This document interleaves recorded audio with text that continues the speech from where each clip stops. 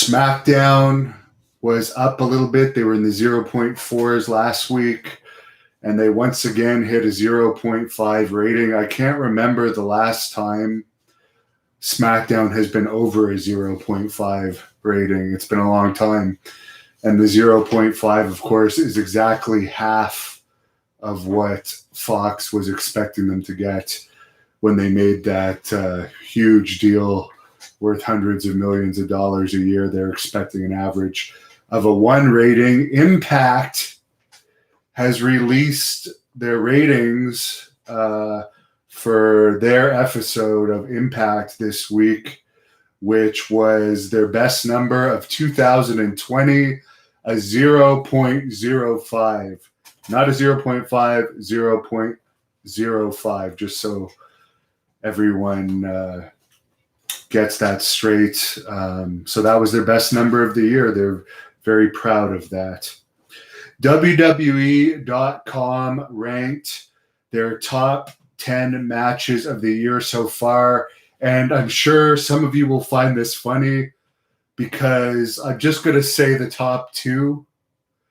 They did not even rank the alleged greatest match ever between Edge and Randy Orton as number 1. They ranked the Boneyard match between The Undertaker and AJ Styles as number 1, and the Edge versus Orton greatest match ever as number 2. So the greatest match ever not only is not the greatest match of all time, but it didn't even make number 1 of this year so far. So way to put it over that was the greatest match ever.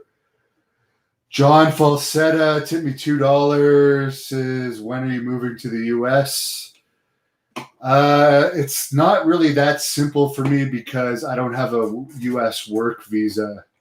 So I would have to go through a complicated process of switching my company to an American company and getting all the paperwork done. If I did move there, it would be in Arizona. I really like that state. Hopefully one day, but definitely not in the immediate future unless I somehow get a work visa easier through other means. But there is other news. Cody Rhodes, I guess, responded to a tweet from the Disco Inferno, who was, I guess, wondering if Cody was a heel or face. Cody has responded that he is neither a heel nor a face, and he believes that wrestling is not black and white anymore and hasn't been forever. It hasn't been entertaining in forever to me either. Good guy versus bad guy, I don't know. That seems to work, but if everyone is just a competitor, that's what Cody Rhodes says. Even though they admit that it's fake and that they just tell stories and so forth, and everyone's friends, Cody is suggesting that everyone is competitors and doesn't matter if you're heel or faces. So to answer Disco's question, Cody is neither a heel nor a face. I don't get it. I'm not planning to tune into any wrestling anytime soon, other than highlights or stuff that pops up in my Twitter feed, or if something really cool happens, I will look it up. Somebody commented the other day, you give wrestling news, but you don't watch wrestling. Well, I don't critique wrestling matches. I won't torture myself doing that, but I do follow the wrestling news very closely. I know everything that's going on. I've been in the wrestling business for 20 years as a wrestler, promoter, interviewer. I've done so many roles in wrestling: editor, match editor, booker. So I think I'm very credible as a person giving news. I'm not going to critique a match without watching it. So if I was critiquing matches, then I would say, yes, I don't have a right to critique matches without watching them. But to tell you the business end of wrestling, which I do follow, I think I'm very qualified for that, to answer that criticism. Mike Hambone tipped me $10. Thank you very much, Mike. He says AEW will die soon because Cody just pushes his family and friends. People are getting bored. And Cody's an executive and he's the champion. And I've heard Jim Ross say in the past, and Jim Ross is getting paid a fortune to commentate for AEW, but bookers and executives being on camera is a bit of a conflict. But whatever. They can do what they want. It's Tony Khan's father's money. They're multi-billionaires. He can afford to have a little pet project to keep his son busy.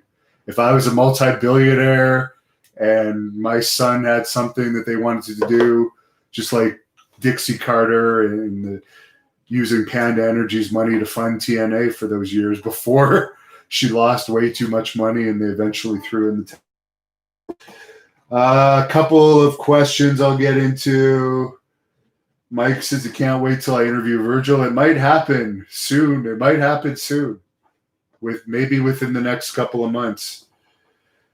Have I ever read Ole Anderson's book? David asks. No, not yet. I would like to interview him, though. Someone says my UFO stuff is awesome. Thank you. I am supposed to be doing more interviews in that domain soon. There's a lot of news coming out about that soon as well. Lots of information about supposed debris, according to the Pentagon, from out of this world crafts that apparently information about this is going to come public soon. Richards Men's, did I train at TriStar Gym? Yes. In 2014, I trained there. And in 2011, I trained at the Montreal Wrestling Club. I really enjoyed training there, but Montreal traffic is brutal. And I was going there 3 times a week. And Montreal is like 2 hours from where I live in Ottawa. But you add in the traffic, it was 3 hours, sometimes 3.5 hours just to get to TriStar, then like 2 hours and 50 minutes to get home. So I just got sick of the commute. But I did like the training. There's nothing better than like finishing TriStar training and you have zero energy left. And I really enjoyed the feeling of like driving home, knowing I really pushed myself to the max. And I did grapple with various UFC fighters when I was training there.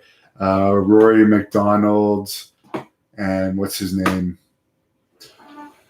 This African-American guy, and his name is slipping my mind right now, but he was also training at TriStar. I didn't see GSP there much in 2014, but I did see him when I trained at the Montreal Wrestling Club. Did I hear Joe Rogan is moving to Texas? Yes. And Richard Min says he doesn't think Rogan will enjoy Texas. Well, he's rich enough that he'll have a big property and he can keep to himself and do whatever he wants there. Move to Philly. No, thank you, C4P. One of the reasons I want to move to Arizona is to get away from the brutal winters because we only have about 3 months of good weather here where I am in Canada. And I'm not going to move to Philadelphia, which is a cold city with – I'm not going to go on a Philadelphia rant because I know I have a lot of fans in Philadelphia. And sometimes they take my healing on Philadelphia too seriously. Walter Hernandez says, can I interview Conan one day? I'm talking to Conan right now about doing an interview. There might be an interview with Conan as early as next week. Did I have a chance to watch Slammiversary? Oh, my God. I can't believe someone would ask me a question like that.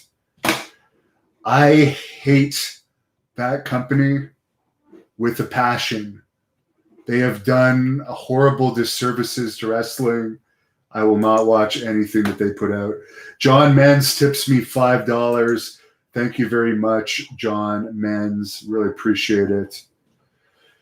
Rico says Arizona was too hot when he lived there. I love the heat. Here's something. I'll tell you some funny stories about running. It's really hot. It can be up to 100 degrees here in Canada in the warm months. And because I've been running so much with the lockdown, I usually have to go to the track when it gets this hot. But because my cardio is so good right now, I can literally run for like 2 hours without water. Whereas like ever since I've been a huge runner, I used to have water when it gets this hot, and I used to have to run on the track so I could have a water bottle with me to keep hydrated. But I was running the other night, one of my long runs. I had to take a piss, so I went into the little wooded area off the pass to take a piss. And when I come out, there's like this 200-pound wolf-like creature like bolting 15 feet in front of me, running towards the lake. And I'm like, oh my God, I had no idea that there's animals like this in these woods. And I stopped near there to relieve myself, usually because I drink a lot of water before I run, and you're in the forest. There's no big deal doing that. But I thought seeing this huge animal was fairly shocking at 3:30 in the morning. Cactus Jack Black says Arizona has dry heat, no humidity. Yeah, true. Eddie V lives in Tucson. He hates the damn heat so much.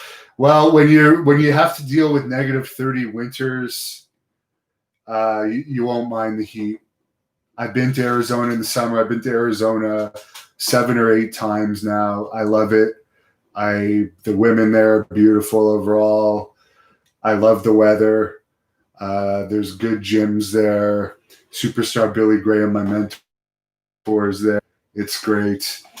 Someone's talking about essential services. You know what's bullshit here in Canada? You don't have to wear a mask in the gym, but they have a rule now where you have to wear a mask when you walk into the lobby or the change room.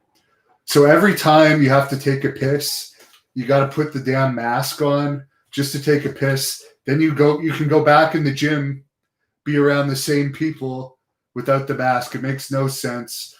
A news story came out on CTV News here in Canada a couple days ago. We've only had 1% of people in all of Canada infected with COVID. And I'm not saying deaths, 1% total infected, and it's a little less than 1% actually. But now there's a rule where you can get fines of up to like $1,000 for not wearing masks in public places. But there is exceptions. Like you have to wear one if you walk into a restaurant, but when you sit down to eat, you can take it off. You have to wear one when you walk into the gym. You can be in the change room to have a shower without a mask.